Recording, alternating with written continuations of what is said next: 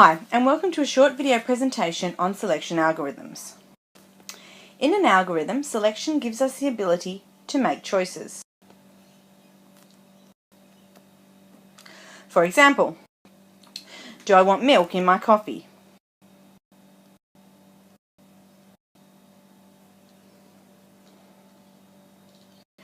Or, what clothes should I wear today?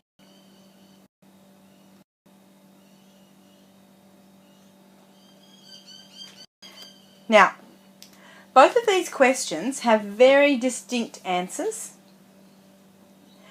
When asked, do I want milk in my coffee? I can answer yes or no. There are only two possible responses. This is called binary selection. When asked, what should I wear today? I can have many answers, including a dress, jumper, joggers, depending on the weather and what activity I am completing. This is called multi-way selection. Today we are going to learn about both binary and multi-way selection. So, let's start with a flowchart. Remember that a flowchart only has three symbols. The terminator symbol is a rounded rectangle. It appears at the top and the bottom of every flowchart. Remember that at the top of the algorithm we write the word begin, and at the end of the algorithm we write the word end. The process symbol is a rectangle. We can put a step or task in this symbol, but we need a separate symbol for each step or task that we do. Finally, the decision diamond allows us to add any question to the flowchart. Let's try to create our first binary selection algorithm. Our first algorithm for selection is about making a cup of coffee. We are making a cup of coffee and need to ask if we should add milk to the cup. We always start our algorithm with the terminator called begin. If we were doing this properly, we would need to get a cup, add water to the kettle, get a spoon, get the coffee out of the cupboard. There's so many steps.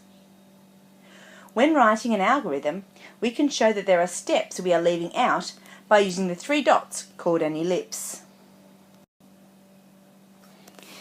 The ellipse is just here.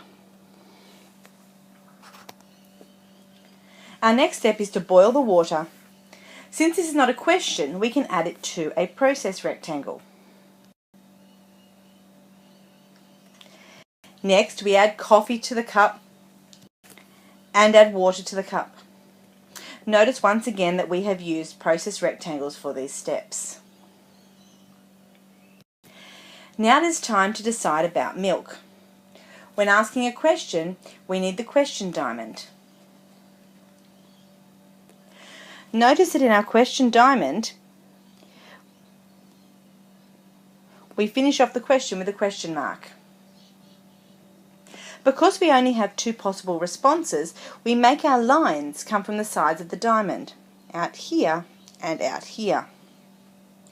Label one yes and the other no. What will we do if we answer yes? We need to add milk to the cup, of course. However, if the answer is no, we don't want to do anything. We need to make sure that every time we branch out in a flowchart, for example here, we rejoin these lines so we keep a consistent main line through our algorithm. So, what we now need to do is join the yes path, which is here, to the no path, the point right there.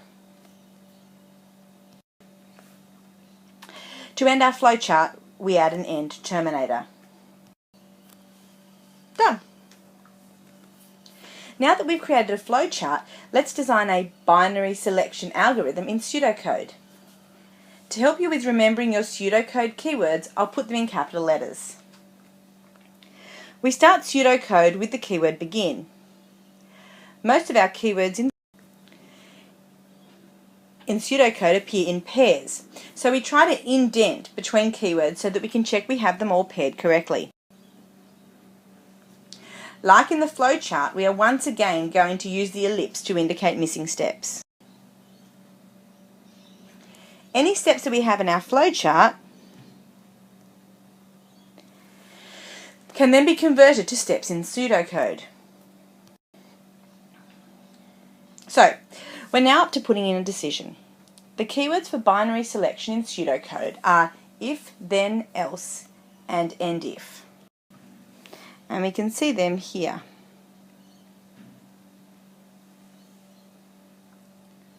We now need to fill in the conditions and actions in this statement.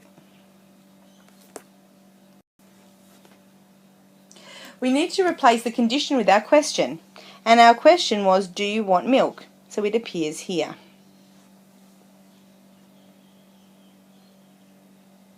Now what happens if I want milk? If I want milk, I need to replace this part of my statement with this task here. So I'm going to add milk to my cup.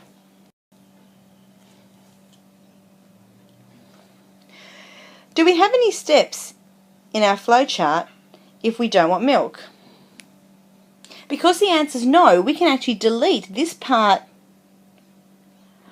of our pseudocode. Lastly, we need to add the end key. Now, when we look at our pseudocode, we can check quickly that there's a matching pair of begin and end. We can also check that we have an if, then, and end if. All because of indenting, we know straight away we've done the right thing. Let's try now to create an algorithm for multi-way selection. We are making drinks for our guests and need to find out what drinks we need to make. We always start our algorithm with the terminator called begin. If we were doing this properly, we would get a cup, add water to the kettle. You know the drill. We'll use an ellipse here for speed.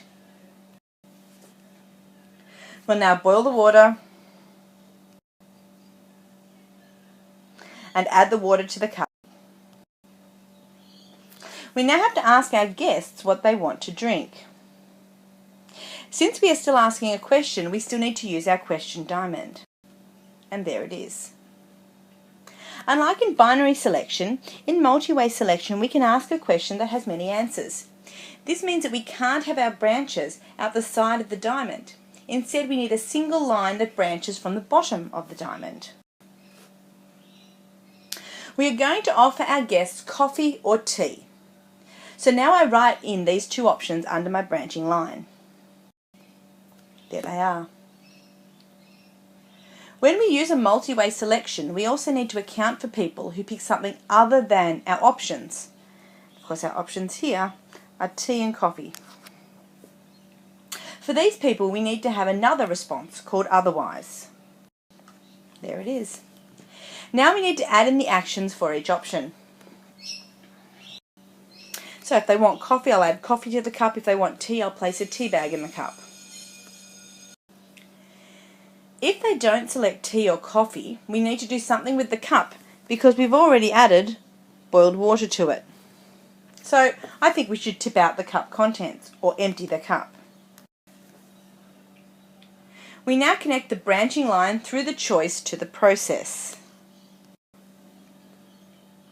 Once we've completed these processes, we need to connect our lines back to a single main line and end the algorithm.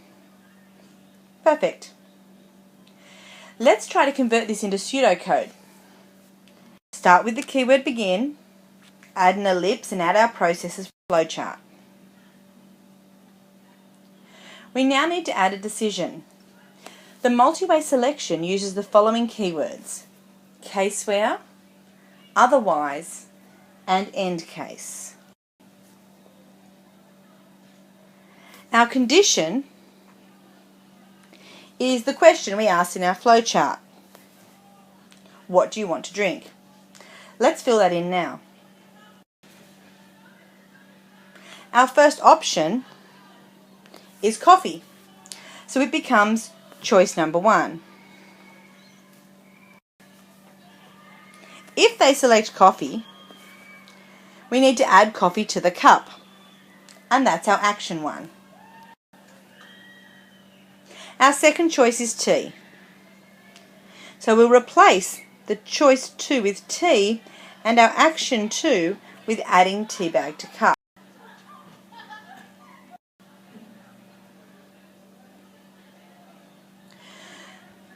Notice that the actions are all lined up under each other, and so are our choices. In pseudocode, that makes reading the algorithm a bit more simple. Now, we've done coffee and we've done tea. Do we have any more choices to offer? Because we don't, we're going to delete this ellipse. We don't really need it. Our last action to the otherwise clause. So we're going to take the empty cup and put it in here as our default action. And then we finish off our pseudocode with the end keyword. Done. Now, if we also wanted to offer hot chocolate or other hot beverages like flavoured coffee, we could add more options to our flowchart in here. Each option would again be written on a line, and the action then that we would want to do would be going in a process box. Same as if we wanted to do it in pseudocode, we could add more options under T, and then the relevant action over here. Congratulations, you have now just learnt the 2 methods of selection available in algorithms.